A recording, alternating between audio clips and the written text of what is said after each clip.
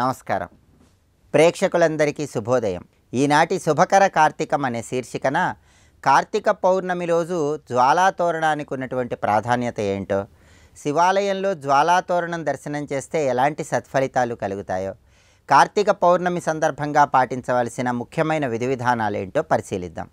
కార్తీక పౌర్ణమి రోజు శివాలయంలో జ్వాలాతోరణం అనే ఒక ప్రత్యేకమైన ఉత్సవాన్ని నిర్వహిస్తారు. దీని వెనుక ఉన్న పౌరాణిక గాథను పరిశీలిస్తే, పరమేశ్వరుడు త్రిపురాసురులనేటటువంటి రాక్షసులతో యుద్ధం చేస్తూ కొన్ని వేల సంవత్సరాలు కైలాసానికి రాకుండా ఆ యుద్ధంలోనే ఉండిపోతాడు.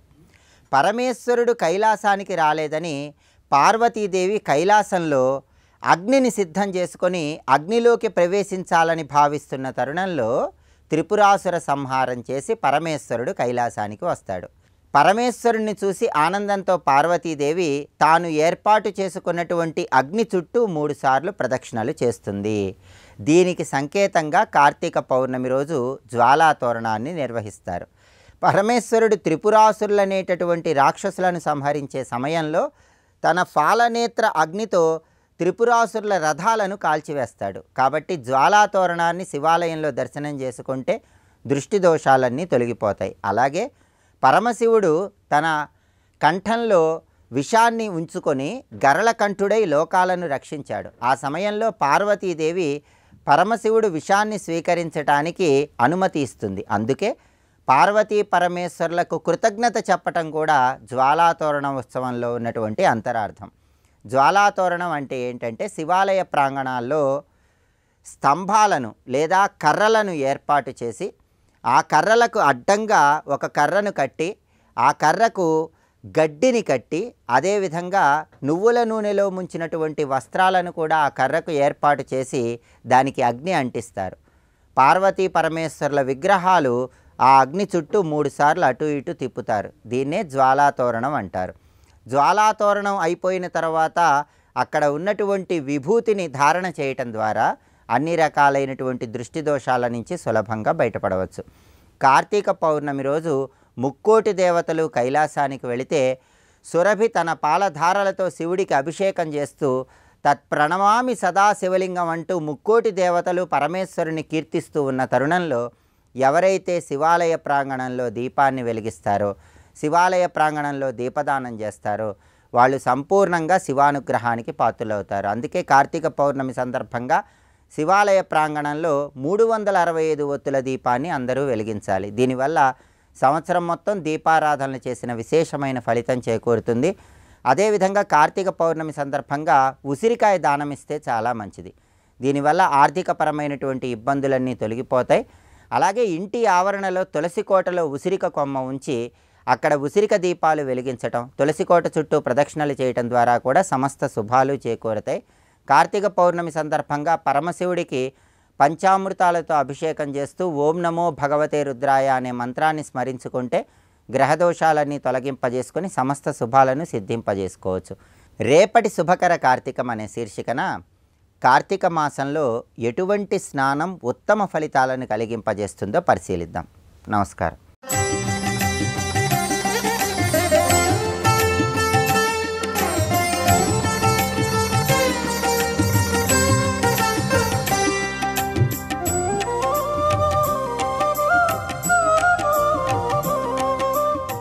వనమాలి గదీశార్ంగి శంఖీ చక్రీ చ నందకి శ్రీమన్నారాయణో విష్ణు వాసుదేవోభిరక్షతు.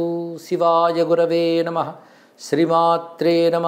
శ్రీ విష్ణురూపాయ నమ శివాయ. కార్తీక మాసం అనగానే ఒక ఆధ్యాత్మిక భావం, ఒక పవిత్ర భావం ప్రతి భారతీయుడి హృదయంలో మెదులుతుంది. ఈ కార్తీక మాసంలో పవిత్రమైన స్నానాలు, దేవాలయ దర్శనాలు, దీపాలు వెలిగించడాలు, ఒక సత్కారక్షేపాలతో గడుపుతూ ఉంటారు. ఈ మాసానికి అంత శక్తి ఉన్నది. అయితే కార్తీకంలో ప్రతిరోజు గొప్పదే. ఇది మొత్తం దీక్షా మాసం అని పేరు. ఏవైనా దీక్షలు చేసేవారు కూడా కార్తీక మాసంలో దీక్ష చేస్తే చాలా విశేషమని చెప్తూ కార్తికేతు కృతా దీక్ష రుణాం జన్మ విమోచని అన్నారు. కార్తీక మాసంలో చేసే దీక్ష మోక్ష కారణం కలిగిస్తుంది. పైగా జన్మ విమోచని, మళ్ళీ జనన మరణ పరంపరల్లో పడనివ్వదు. అదేగా మోక్షం అంటే. అలాంటి దీక్ష పూనుకోవడానికి కార్తీకం చాలా విశేషం. ఇది శివపరంగా, విష్ణుపరంగా, శక్తిపరంగా కూడా ఉత్కృష్టమే. అంటే సనాతన ధర్మంలో ఏ దేవతను ఆరాధించినా ఈ మాసంలో చేసే ఆరాధన విశేషంగా ఫలిస్తుంది. ఈ మాసంలో లక్షపత్రి పూజ మొదలైనవి చెప్పారు. అయితే మాసం యొక్క సారం అంతా పూర్ణిమలో ఉంటుంది కనుక పూర్ణిమ అనగా మాస సారం. కార్తీక మాసం సారం పూర్ణిమలో ఉంటుంది. కనీసం ఒక్కరోజైనా సరే పవిత్రంగా నియమంగా చేయగలిగినంత మేర సాధన చేయగలిగితే అది పూర్ణ ఫలితాన్ని ప్రసాదిస్తుంది. అలాంటి కార్తీక పూర్ణిమ నాడు చేయవలసిన విధానాల్లో ధాత్రీ మూలంలో దేవపూజ ఒకటి. ధాత్రీ మూలం అంటే ఉసిరికి చెట్టు మూలంలో పూజించుట. ఉసిరికి చెట్టు విష్ణు స్వరూపంగా అదేవిధంగా త్రిమూర్త్యాత్మకంగా కూడా చెప్పబడుతుంది కనుక ఉసిరికి చెట్టుని పూజించేటప్పుడు ధాత్రేయ నమః, సాంత్యయ నమః, మేధాయ నమః, కాంత్యయ నమః ఇత్యాది నామాలతో చెప్తూ ఆ మూలంలో విష్ణు ఆరాధన శివారాధన చేసినట్లయితే దివ్య ఫలితం లభిస్తుంది. వనభోజనాలు అనేటువంటి ఒక అంశము ఇలాంటి వాటి బట్టి ఏర్పడింది. దివ్యమైన దేవతావృక్ష మూలాల్లో దేవతలను ఆరాధించి నివేదించి ఆ నివేదించిన పదార్థాలను అందరూ సమిష్టిగా ప్రసాదంగా స్వీకరించడమే వీటిలో ఏర్పడిన పద్ధతి.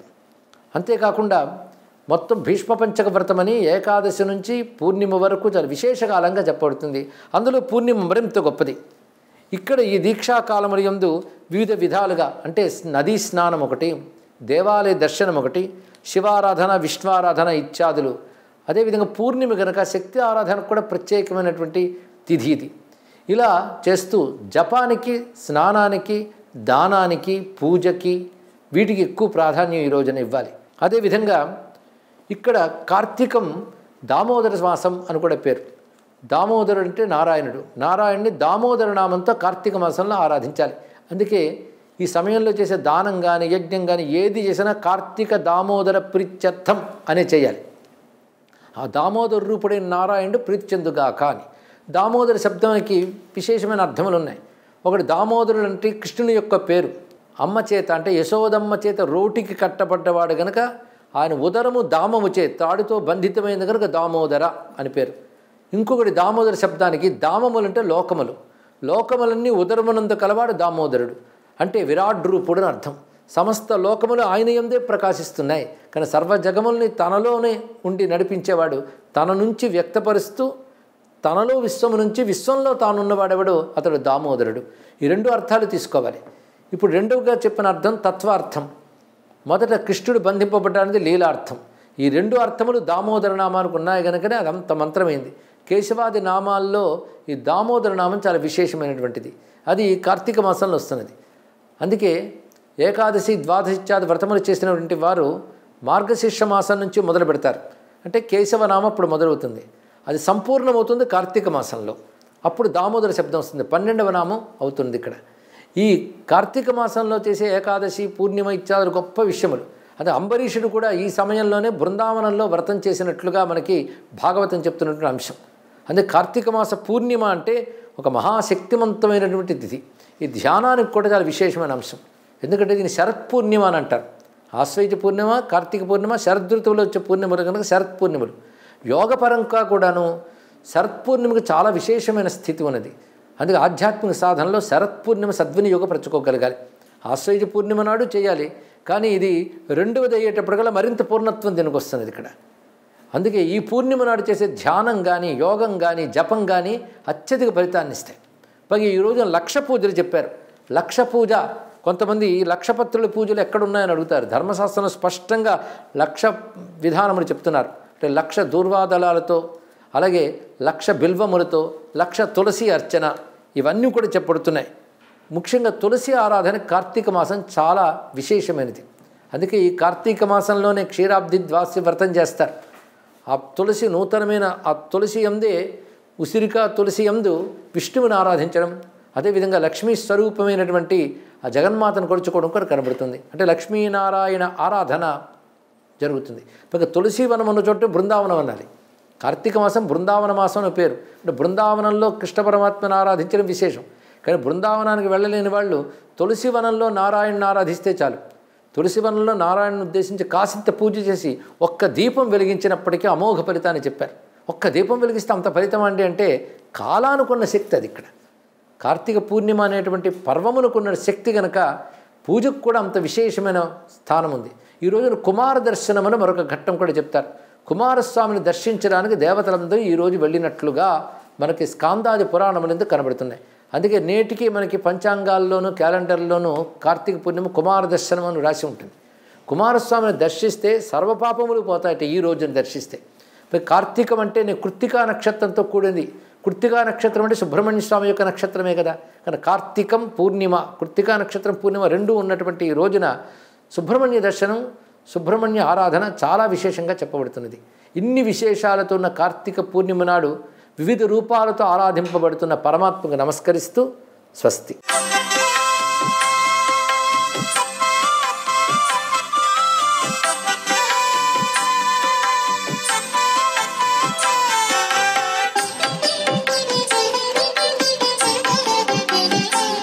కార్తీక దామోదరాయ నమః.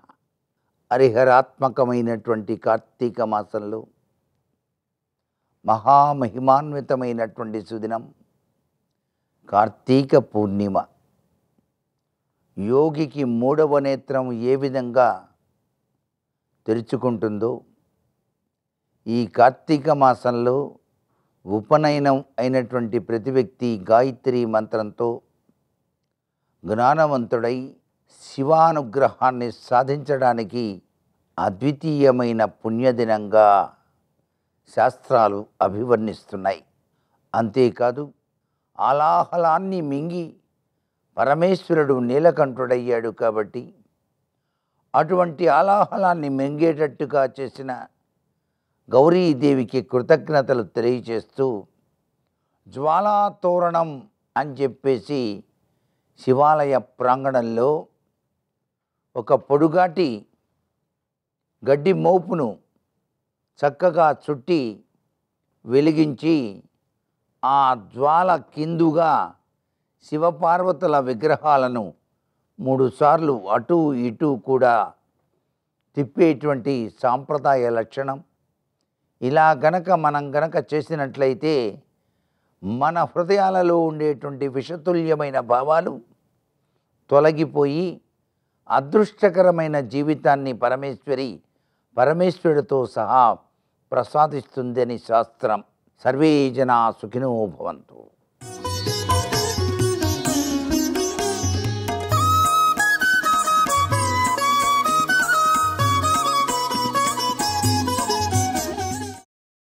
ఆకలి ఇప్పుడు తిన్నాను అనుకోండి, మళ్ళీ ఓ 2 గంటలకు ఆకలి, తిని పడుకున్నాను, రేపు పొద్దుటికి ఆకలి, పొద్దున తిన్నాను మధ్యాహ్నానికి ఆకలి, మధ్యాహ్నం తిన్నాను మళ్ళీ సాయంకాలానికి ఆకలి, సాయంకాలం తిన్నాను రాత్రికి ఆకలి, మళ్ళీ మళ్ళీ మళ్ళీ మళ్ళీ ఆ కెరటం కొడుతూనే ఉంటుంది. దాహం అంతే. అవి బాధ. మీరు తీర్చలేదనుకోండి తీవ్రమైన బాధ. అలాగే శోకము, ఏదో కోరుకుంటాడు అది రాలేదని ఏడుస్తూ ఉంటాడు. మోహము, అజ్ఞానం, జర, వృద్ధాప్యం, దాన్ని మించిన బాధ ఇంకోటి లేదు. ఎందుకంటే శరీరం అంతా సంధిబంధములు సడలిపోతాయి, ఓపిక ఉండదు, పలకరించేవాడు ఉండడు, ఏవో గత వైభవ చిహ్నాలు గుర్తు తెచ్చుకుంటూ ఉంటాడు. హాయిగా తనలో తాను రమిస్తూ యోగానందకరి మనసుని జవంతో భగవతి పాదములు పట్టుకుని ఆనందపడలేడు అనుకోండి. అప్పుడు జర, శాపం, వృద్ధాప్యం, మరణము, చిట్ట చివరికి శరీరం పడిపోవడం, ఇవి అన్ని ప్రాణులకు ఉంటాయి. అందుకే అన్ని ప్రాణులకు ధర్మం ఒక్కటే. ఏమిటి ఆ ధర్మం? పశుధర్మం. పశుధర్మో నమే ప్రీతిం అంటుంది దేవి భాగవతం. కాబట్టి పశుధర్మం. ఏమిటి పశుధర్మం? ఆకలేసింది, అది నైవేద్యం పెట్టడానికి పట్టుకెడుతున్నారా? అనవసరం, కలిగిపడి తిని. దాహం వేసింది, అది అభిషేకానికి తీసుకెడుతున్నారా? తాగి, దాంతో సంబంధం లేదు. దానికి తెలియదు, దానికి పాపం కోరిక పుట్టింది, చేసేస్తుంది అంతే. పశుధర్మం. కానీ మనుష్యునకు అలా కాదు. మనిషి తరించేది దేని వలన అంటే కేవలము ధర్మాచరణము వలన మాత్రమే. ఎవరు చెప్పాలి ధర్మం? నేను చెప్తే ధర్మం అవుతుందా? ఇంకోరు చెప్తే ధర్మం అవుతుందా? కాదు. ఇది ధర్మం అని చెప్పడానికి అధికారం ఉన్నది ఎవరికంటే వేదమునకు మాత్రమే ఉంది. అందుకే శృతి ఏం చెప్పిందో అది ధర్మం. వేదము ధర్మాన్ని చెప్తుంది. అమ్మవారి ఊపిరియే వేదం. అంటే ఆ తల్లి అన్నం పెట్టడమే కాదు, ధర్మాన్ని కూడా చెప్పింది. అమ్మ మంచి మాటలు ఎలా చెప్తుందో అన్నపూర్ణమ్మ యొక్క ఊపిరి గురించి శంకరాచార్యులు వారు ముందు మాట్లాడారు కదా. ముక్తాహార విడంబమాన విలసద్వక్షోజ కుంభాంతరి కాశ్మీరా గరువాసితాంగ రుచిరా కాశీపురాధీశ్వరి. అందులో నేను ఇంతకుముందు అమ్మవారి నాసాదండం గురించి ముత్యం గురించి అన్వయం చేసినప్పుడు ఆ ఊపిరి ప్రస్తావన వచ్చిందా లేదా? ఊపిరి, అమ్మవారి ఊపిరియే వేదమైంది. సర్వం శ్రీ ఉమామహేశ్వర పరబ్రహ్మార్పణమస్తు. స్వస్తి.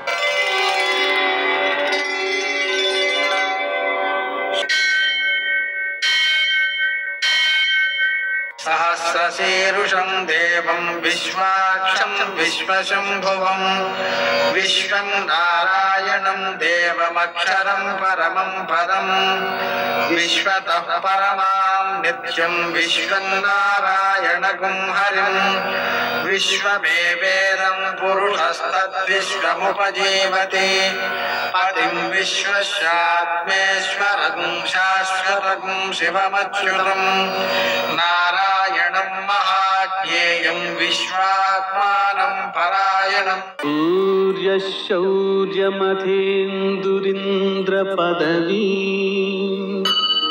సన్మంగళం మంగళం. ఆపదామపహర్తారం దాతారం సర్వసంపదాం లోకాభిరామం శ్రీరామం మోక్షదంతం నమామ్యహం.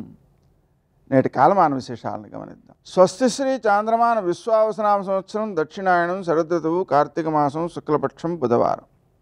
సూర్యోదయం 6:20 సూర్యాస్తమయం 5:39. తిథి పూర్ణిమ సాయంకాలం 6:47 వరకు. నక్షత్రం అశ్విని ఉదయం 9:38 వరకు. వర్జం శేషవర్జం ఏమో ఉదయం 7:32 వరకు. మరల సాయంకాలం 6 గంటల నుంచి 7:24 వరకు. దుర్ముహూర్తం మధ్యాహ్నం 11:37 నుంచి 12:22 వరకు. అమృతకాలం రాత్రి 2:22 నుంచి 3:46 వరకు. రాహుకాలం బుధవారం కాబట్టి మధ్యాహ్నం 12 నుంచి 1:30 వరకు. అష్టకవర్గ రీత్యా శుభప్రదమైన సమయం ఉదయం 10:42. నేటి విశేషం జ్వాలాతోరణం. కార్తీక పూర్ణిమ సందర్భంగా జ్వాలాతోరణం అనేది నిర్వహిస్తారు. ఇది కొత్త గడ్డితో ఒక వెంటిలా కట్టి తాడులాగా 2 స్తంభాలు రోడ్డుకి చెరువు పక్కన పాతి ఆ వెంటిని అంటించి కాగడాలతో శివపార్వతులను పల్లకీలో ఊరేగిస్తూ దాని కింద నుంచి, అంటే పైన ఆ వెంటి అంటుకున్న తర్వాత కింద నుంచి ప్రదక్షిణంగా దాని కింద నుంచి దూరుతారన్నమాట ఆ పల్లకీతో సహా. అలా 3 సార్లు దూరిన తర్వాత ఆ గడ్డి మధ్యలో అంటుకున్న తర్వాత కింద పడిపోతుంది కదా 2 పక్కల. నేను ఆ గడ్డిని వీలైనంత దక్కించుకుని దాన్ని పొలంలో వేయడం ద్వారా పంటలు బాగా పండుతాయని, ఆవులకు కొంచెమైనా అది పెట్టడం ద్వారా పశువులకు అనారోగ్యాలు రాకుండా ఉంటాయని సద్భావనతో ఆ ప్రక్రియను నిర్వహిస్తూ ఉంటారు. ఈరోజు మహాకార్తికి కావడం వల్ల సముద్ర స్నానం చేయడం విశేషమైన సత్ఫలితాన్ని ఇస్తుంది. అంతేకాదు భరణీ నక్షత్రంతో ఇది కలవడం వలన చాలా గొప్ప పుణ్యం సంభవిస్తుంది. యతులు చాతుర్మాస్య వ్రతాన్ని ఈరోజు పూర్తి చేస్తారు. అలాగే తులసీ వ్రతానికి ఉద్యాపన చేయడానికి కూడా దీన్ని ఉపయోగించుకుంటారు. అలాగే పూర్ణిమాంత పక్షం అని, కార్తీక మాసం పూర్ణిమతో పూర్తయిపోతుంది మనకు ఉత్తరాదిన వింధ్యకు ఉత్తరప్రదేశంలో. ఈ రకమైనటువంటి నియమాన్ని పాటిస్తారన్నమాట. దాంతో ఈరోజు కార్తీక వ్రతానికి కూడా ఉద్యాపన చేసుకుంటారు. లక్షవర్తి వ్రతోద్యాపన అంటే సామాన్యంగా ఏం చేయాలంటే ప్రతిరోజు ఒక 1000 ఒత్తులతో దీపం వెలిగిస్తూ 100 రోజులు పూర్తి చేసి ఈ రోజుతో పూర్తి చేయడం అన్నమాట. ఈరోజు ఉద్యాపన చేసుకోవడం, లక్షవర్తులకు ఉద్యాపన చేసుకోవడం అనేటువంటిది చేస్తారు. ఆ విధంగా చేయడం ద్వారా విశిష్టమైనటువంటి సత్ఫలితాలు సిద్ధిస్తాయి. అలాగనే ఈరోజు కృత్తికా నక్షత్రంలో కుమారస్వామిని దర్శించుకోవడం అద్భుతమైన ఫలితాన్ని ఇస్తుంది. అలాగనే వృషోత్సర్గం అంటే ఆంబోతును విడిచిపెట్టడం అనేటువంటి ప్రత్యేకమైన కార్యక్రమాన్ని ఈరోజు చేస్తారు. దక్షసావరణిక మన్వాది సందర్భంగా నదీ స్నానం చేయడం, దానం చేయడం, పితృదేవతారాధన చేయడం అద్భుతమైన ఫలితాలను అందజేస్తుంది. అలాగే ఉసిరి చెట్టుకి పూజ చేస్తారు, చాలా ఉత్తమమైన ఫలితాలు సిద్ధిస్తాయి. ఇంకా విశేషించి ఇన్ని పర్వదినాలు కలిసినటువంటి సందర్భంలో మహాదానాలు చేసుకోవడం ద్వారా, అంటే షోడశ మహాదానాలని, దశ మహాదానాలని ఉన్నాయి, వాటిని చేసుకోవడం ద్వారా అద్భుతమైనటువంటి ఫలితాలు సిద్ధిస్తాయి. నేటి ఆణిముత్యాలు.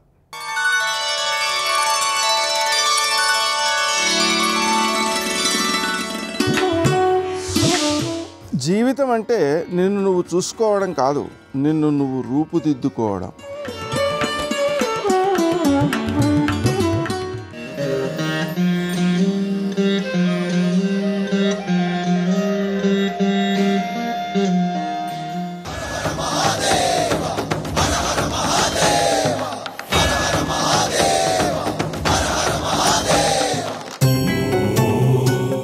గంగాతరంగరమణీయ జటాకలాపం గౌరీ నిరంతర విభూషిత వామభాగం నారాయణ ప్రియమనంగమదాపహారం వారాణసీపురపతిం భజ విశ్వనాథం. కాశీ శివపార్వతుల ప్రత్యక్ష నెలవు. మహాదేవుడు పార్వతిలో కలిసి క్షణం విడవకుండా కాశీలో నెలకొని ఉంటాడంటారు.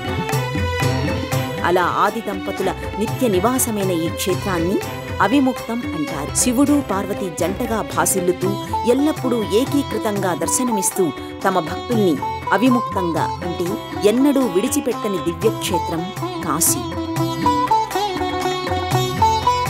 ఆ పరమేశ్వరుని అడుగుల ధ్వని బ్రహ్మముహూర్తంలో వినిపించే భవ్య సన్నిధి ఇది.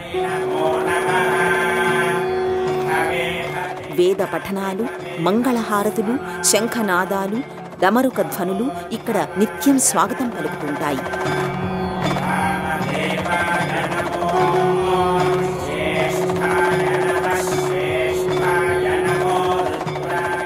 అన్నింటికీ మించి ఆధ్యాత్మిక రసవాహిని గంగ కాశీని మరింత పునీతం చేస్తోంది. సాధకుల పాలిట స్వర్గధామం ఈ కాశికాపురి.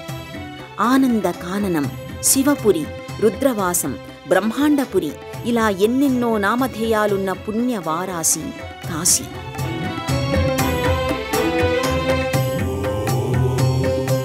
ఈ నగరాన్ని మహేశ్వరుడే తన అభీష్టం మేరకు సృజించాడని శివపురాణం చెబుతోంది. అష్టాదశ పురాణాలలో కాశీ వైభవాన్ని వ్యాసుడు పలుసార్లు ప్రస్తావించాడు. మన పురాణాల్లో అత్యధికంగా ప్రస్తావించిన నగరం కాశీ మాత్రమేనంటే అతిశయోక్తి కాదు. కాశతే ఇది కాశీ అంటే కల్పాంత వేళల కూడా ఇది సతతం ప్రకాశిస్తుంది కాబట్టి కాశీ అయ్యింది. కైలాసం తరువాత పార్వతీ పరమేశ్వరులు ప్రియంగా నివాసం ఉండేది కాశీలోనే అని విశ్వసిస్తారు. కాశీ క్షేత్రాన్ని అలదుకుంటూ నిరంతరం తన జలసిరుల సవ్వడులతో, శివ పంచాక్షరీనామ స్మరణలతో పులకిత యామినిగా గంగ ప్రవహిస్తుంది. కాశీకి విచ్చేసిన ప్రతి భక్తుడి మదిలో 2 అభీష్టాలుంటాయి: గంగా స్నానం, విశ్వనాథ దర్శనం. గంగలో పుణ్యస్నానంతో తరించిన వెంటనే భక్తుల అడుగులు నేరుగా విశ్వనాథ ఆలయం వైపే కదులుతుంటాయి. మహేశ్వరుడు మహాలింగమూర్తిగా, మహత్తర శక్తి సమన్వితుడిగా నెలకొన్న అద్భుత అమేయ నెలవు కాశీ. బంగారం తాపడం చేసిన గోపురాలతో అలరారే విశ్వనాథ ఆలయం సువర్ణ కైలాసాన్ని తలపిస్తుంది. కైలాసమే దిగివచ్చి ముంగిట సాకారమయ్యిందా అనే రీతిలో విశ్వనాథుడి కోవెల వైభవోపేతంగా దర్శనీయమవుతుంది.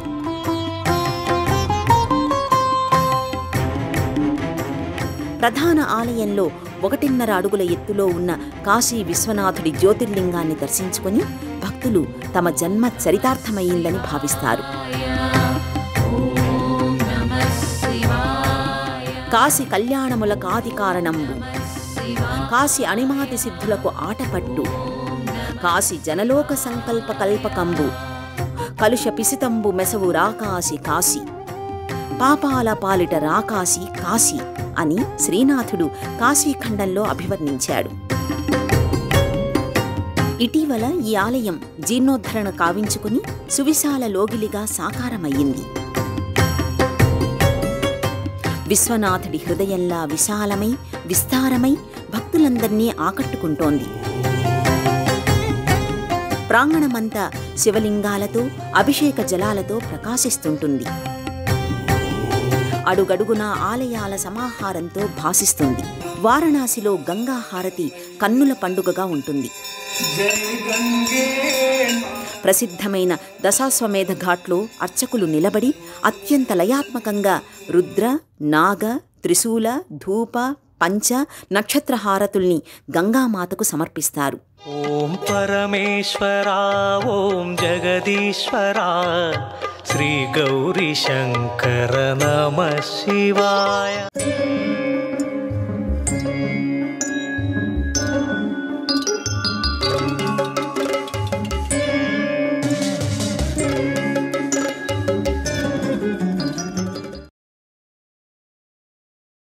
ఇక పులోమ రాక్షసుడు భృగుపత్నిని ఎత్తుకుపోవటానికి పూనుకున్నాడు. అంతలో అగ్నిగుండంలోని అగ్ని జ్వాలల భగ్గుమని పైకి ఎగిశాయి. తాను చేసే తప్పుడు పనిని అగ్నిదేవుడు చూస్తున్నాడని రాక్షసుడు గ్రహించి ఇలా అన్నాడు, ఏయ్ ఓ అగ్నిదేవా, ఈమె ఎవరి భార్య? నిజం చెప్పు. ఈమె కన్యగా ఉన్నప్పుడే నేను ప్రేమించాను, భార్యగా వరించాను. ఈమె తండ్రి ఈమెను నాకిస్తానని చెప్పి భృగు మహర్షికి ఇచ్చి పెళ్లి చేసేశాడు. దిన్నము నాకిస్తానని చెప్పాడు, ప్రతి దినము చెప్పాడు రాక్షసు వస్తాడు ఎత్తుకుపోతాడని. అందుకంటే ఆమె తండ్రి ఏం చేశాడు, ఈ పులోమ నాకిస్తానని చెప్పాడు, భృగు మహర్షికి ఇచ్చి పెళ్లి చేసేశాడు అన్యాయంగా. అబద్ధమాడి నన్ను మోసం చేశాడు. ఈమె నిజంగా ఈమెనా? ఆమెనే ఈమె? నిజం చెప్పు. ఆనాటి నుండి నా హృదయం మండిపోతూనే ఉంది. త్వమగ్నే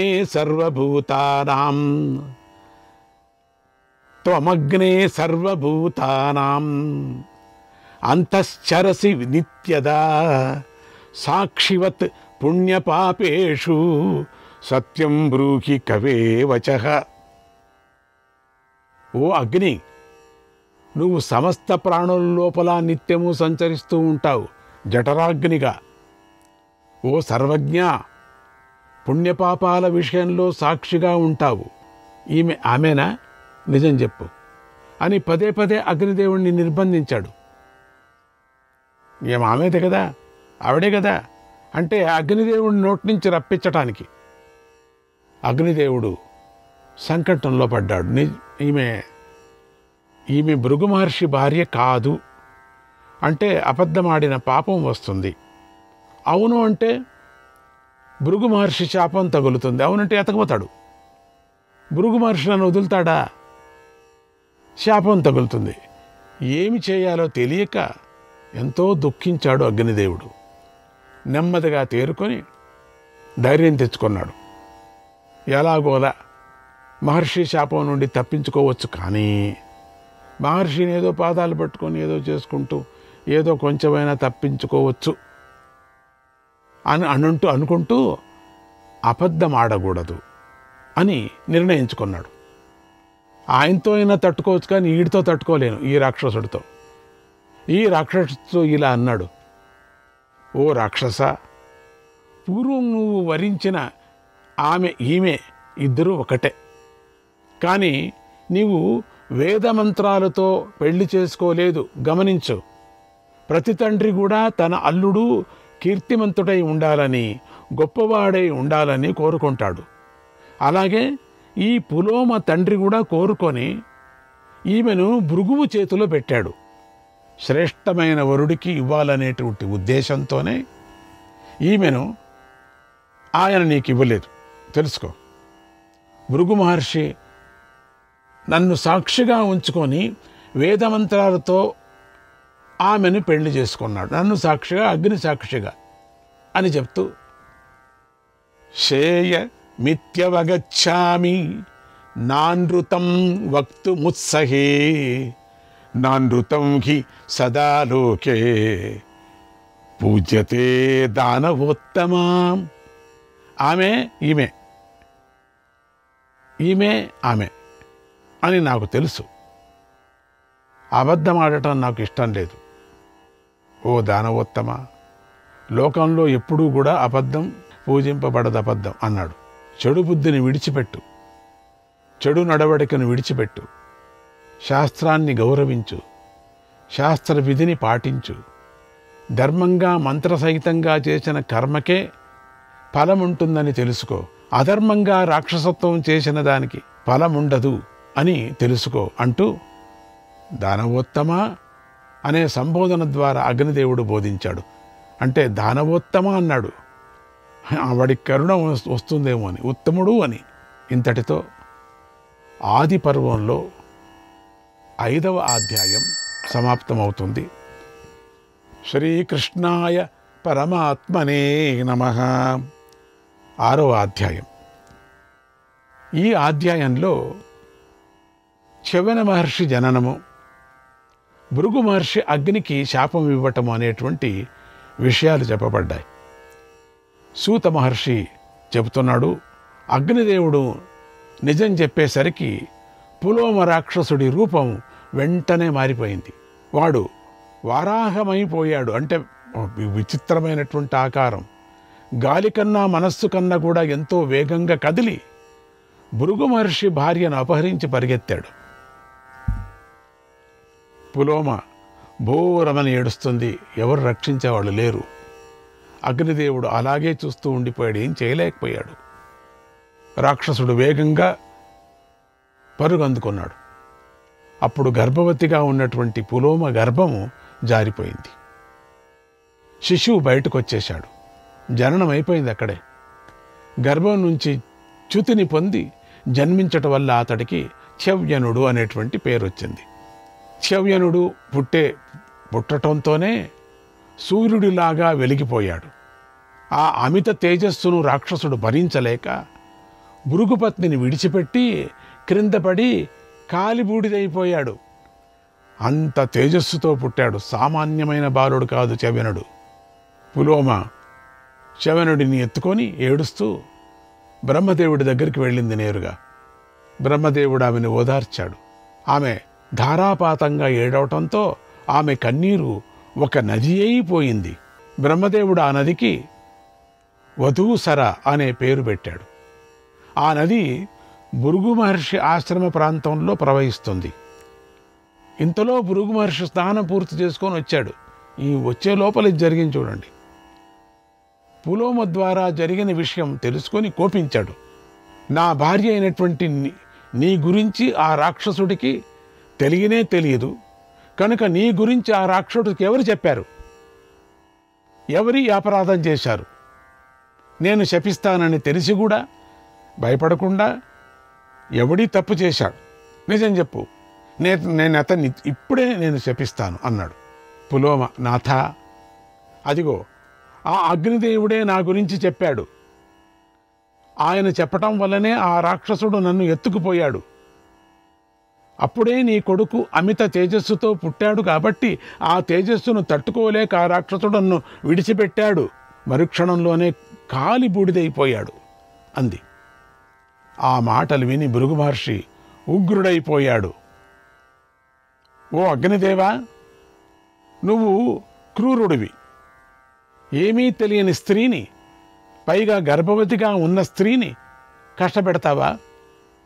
నువ్వు సర్వభక్షకుడువైపో, అన్ని పదార్థాలను తిని అపవిత్రుడైపో అని శపించాడు. అందుకని అప్పటి నుంచి అగ్ని ఏది పెడితే అది కాల్చేస్తుంది. ఇంతటితో 6వ అధ్యాయం పూర్తి అయింది. 7వ అధ్యాయం కథ కొనసాగుతుంది. శ్రీకృష్ణాయ పరమాత్మనే నమః.